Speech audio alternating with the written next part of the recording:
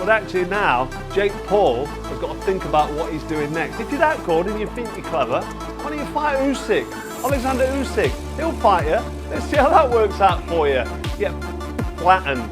Game over. And the number 14 cruiserweight in the world, according to the WBA. This is an absolute mockery. It's an absolute disgrace. It's a total piss take. Able to fight voluntarily to defend their championship against Jake Paul.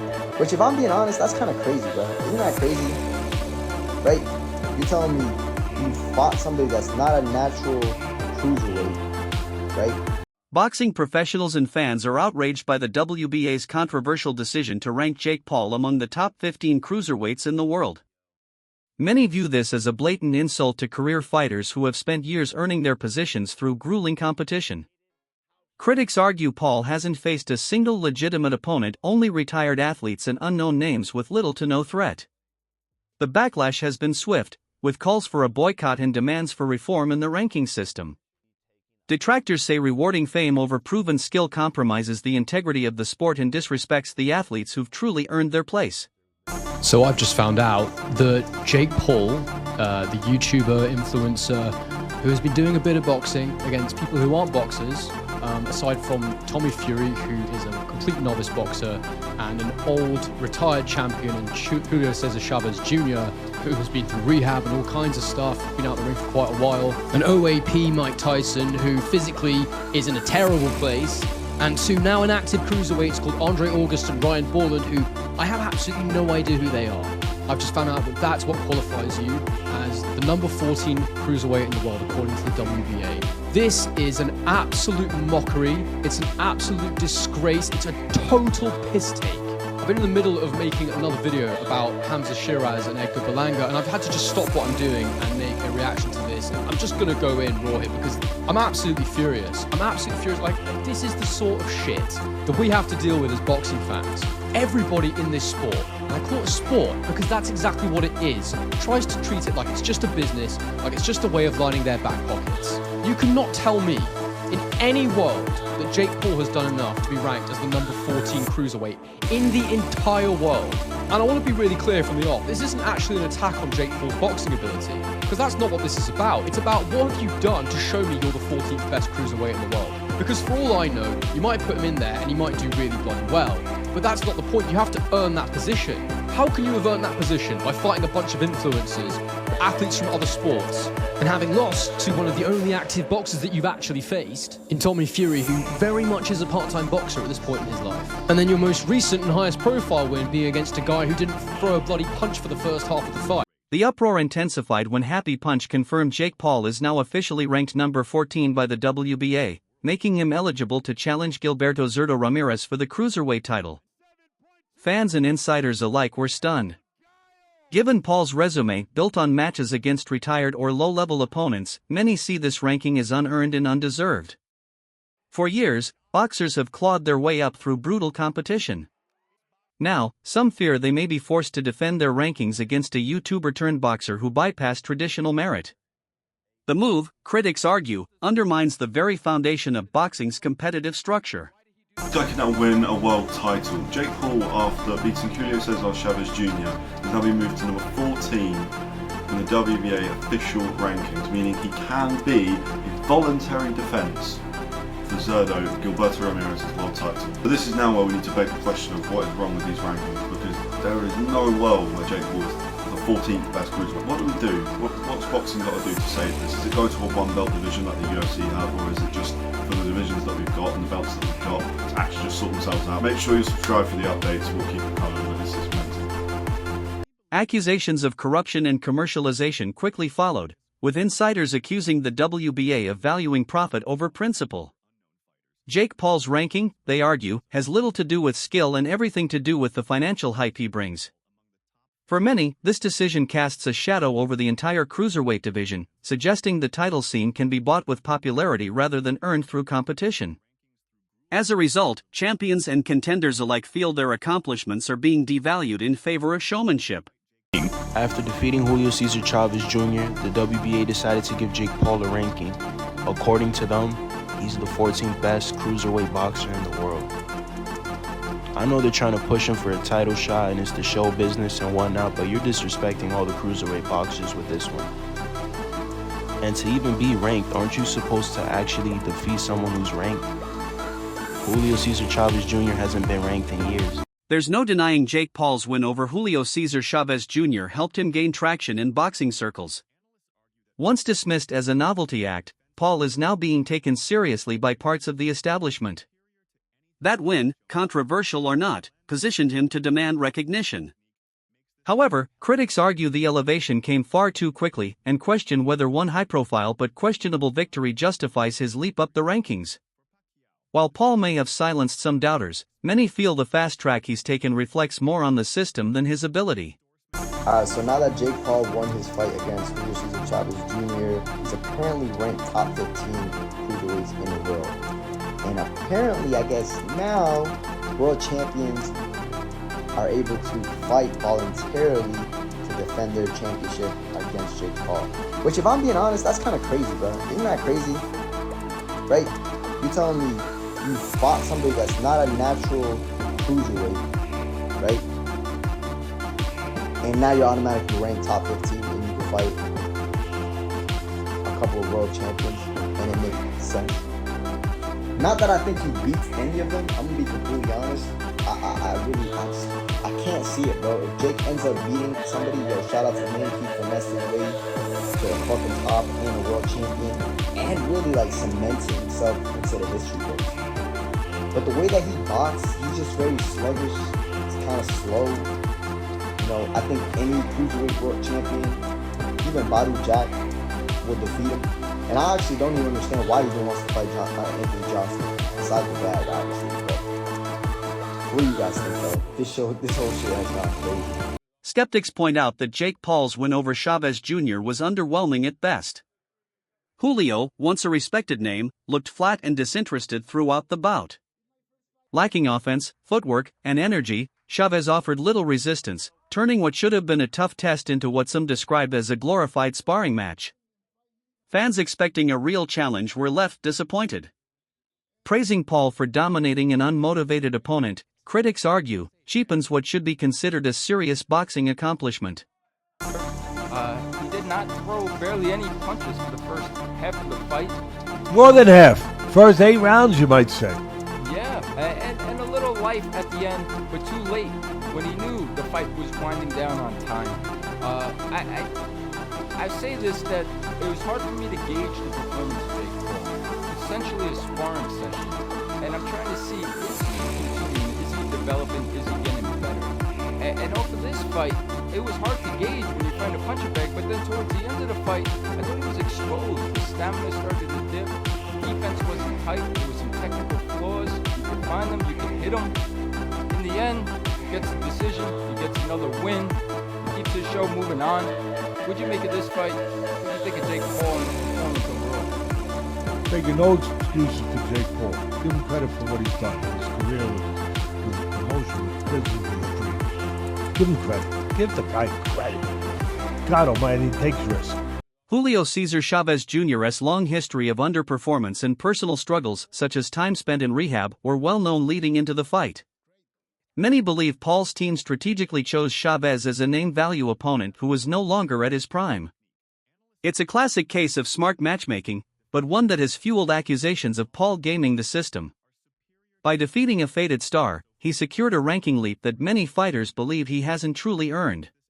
Chavez Jr., one guy performed, one guy did what he was supposed to do, brought the fight in, and one guy just didn't. And if I'm talking about Jake Paul and a former world champion, you'd think that what I'm about to say favors the former world champion. And then you realize I'm talking about Chavez Jr., and then you say, no, well, okay, we have to flip those because Chavez Jr. is known for disappointing on the biggest stage, and that's what happened again here. I cannot tell you how disappointed I am in watching Chavez Jr. over the first 1, 2, 3, 4, 5 rounds throw a total of 36 punches. I didn't say land. That's not what I said. I said throw.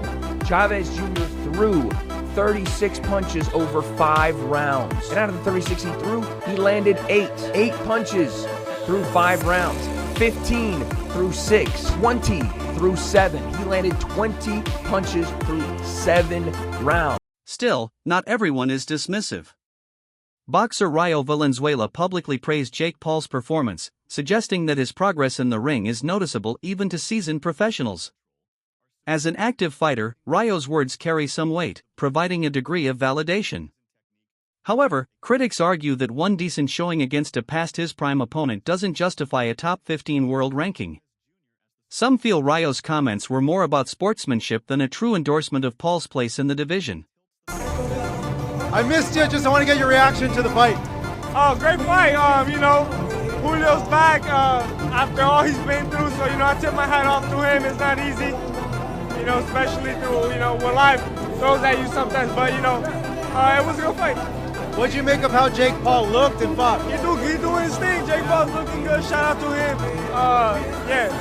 Do you think he's ready to fight maybe a top 15, top 20? Sure, yeah. So I guess where does Junior go from here in your opinion? It's up to him. He can retire if he wants, or he can have another, fight like this. Fight a YouTuber or something. Yeah. And in terms of you, Rayo, when can we see you back in the ring? I'll be back in the fall, hopefully. The fall? Yeah. Do you have an opponent in mind? Nothing set in stone. All right. Hey, just want to get your thoughts. The rematch between Lamont and Roach, how do you see it? Tank and Roach. That's a good fight. 50-50 fight, like the first fight. I'm going to go, I don't know, whatever. Finally, Canelo and Crawford. Break it down. That's a good fight, man. That's a good fight. It's hard to count Crawford out, man, because he's just a dog. And if anybody's going to do it, it's going to be Crawford or Benavidez, So, Crawford, I don't know. I'll 50-50. All right, Rayo, thank you. Thank you. Jake Paul's ambition shows no signs of slowing. His recent public challenge to Canelo Alvarez for a cruiserweight world title fight highlights both his confidence and his savvy understanding of boxing is big business. Jake appears to believe that even a legend like Canelo could be tempted, if not by the competitive allure, then by the immense payday such a spectacle would generate. While some fans admire Jake's boldness, others see this as further proof that his career is built more on headlines than on chasing legitimate, competitive milestones. It's Canelo. I mean, this moment will prove that I'm the face of boxing, the largest attraction, and me versus Canelo at 200 pounds for the Cruiserweight Championship of the world. It's even bigger than me versus Tyson, and it makes so much sense. Canelo's on his way out. He's going to want a payday, and I want to show the world that all the shit I've been talking about beating Canelo is actually true, and I'll have the biggest upset in the sport of boxing. Show that I have more followers than him, etc.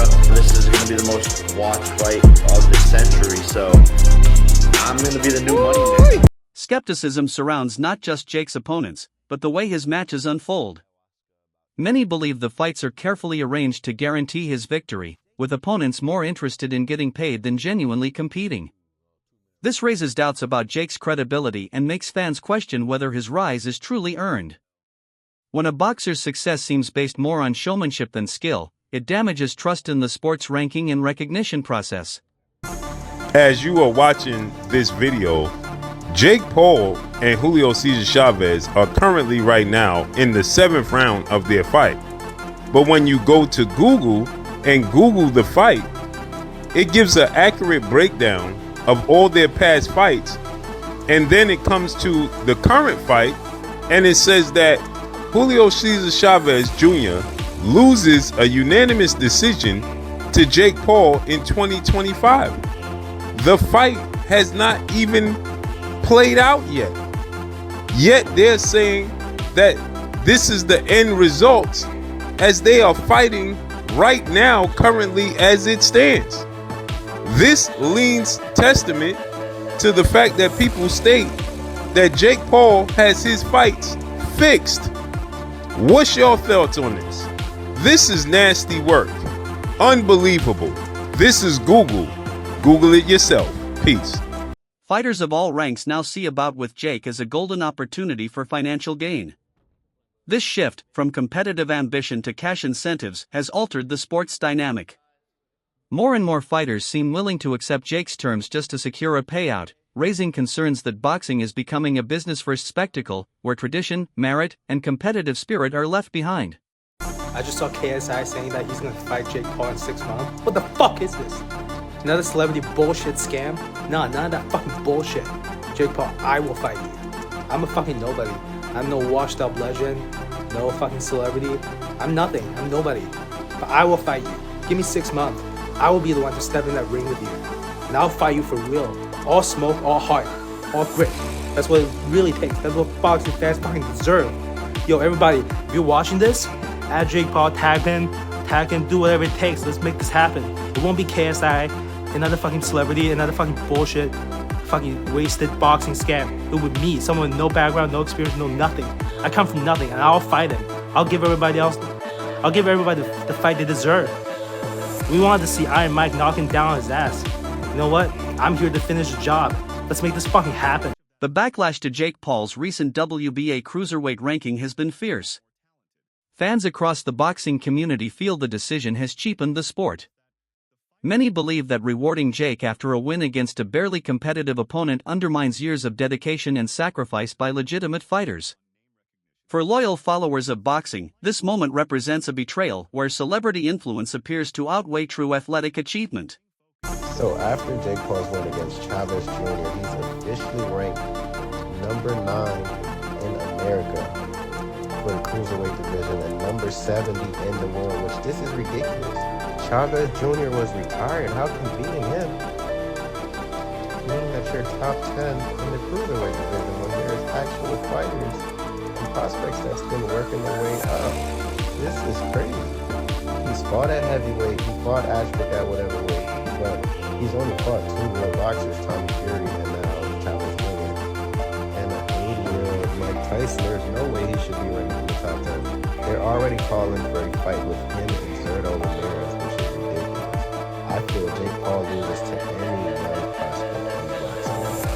Any one of them takes him out. Seems like the sanctioning bodies are just trying to cash out real quick before this little era is over. It's bringing a lot of popularity and a lot of boxing, a lot of casual fans that come to sports like this and boxing like on the big stage. But this is cancerous for the sport itself. You know, aside from all the glamour and viewership, this is cancerous to the sport. We see how they just sell out for the money. For boxing purists, the most frustrating moment came in the final rounds of Jake Paul's bout with Julio Cesar Chavez Jr. Rather than mounting a serious offense, Julio appeared to go through the motions, delivering a limp flurry of punches that felt more performative than competitive. This only fueled ongoing speculation that Jake's matches are strategically staged. His pattern of selecting older, faded opponents has led to a series of victories that, while headline-grabbing, feel hollow to many within the sport. The bout against Julio was no exception and further chipped away at Jake's credibility as a serious contender.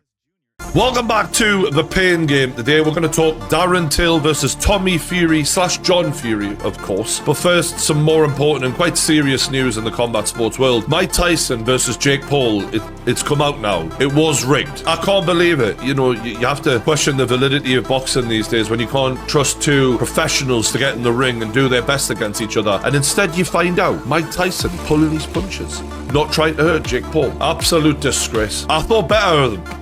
You know, I really did. I thought that Mike Tyson, especially, Iron Mike, he was just going to go in there and knock Jake clean out. But here he is, not trying. I'm so disappointed in him. Former champion Carl Froch didn't hold back when weighing in on Jake Paul's rise. Echoing the sentiments of many boxing legends, Froch dismissed Jake as a clown fighter, suggesting that if he genuinely believes in his skill, he should test himself against elite competition, someone like Alexander Usyk. Froch also challenged the idea that Jake possesses knockout power, noting that such claims lack credibility given the caliber of opponents he's faced. His blunt critique underscores the widening divide between those who see Jake as a clever marketer and those who believe his in-ring credentials remain unproven. He's useless. Who said Jake Paul's got power? It's like he's hitting him with a feather duster, like, you know, just flicking it in his face. It does make you question them wins he's had, where he's hit him with one shot and they fell on the floor like they've been tasered. Can you imagine that being my dream fight and my biggest payday? Fighting a clown. Jake Paul doesn't know what to do with himself when he's under pressure. He was on his back foot looking at the floor, probably closing his eyes. It's fair to say he's absolutely useless, isn't it? Jake Paul. He can't fight, can he? I reckon looking at that, how many rounds do you think I need to beat Jake Paul? Seriously, 2 rounds or a round? 1 round? Is that the end of Jake Paul now, or what? He's absolutely useless. That's all for today's video. Stay tuned for more updates and reactions from the world of boxing.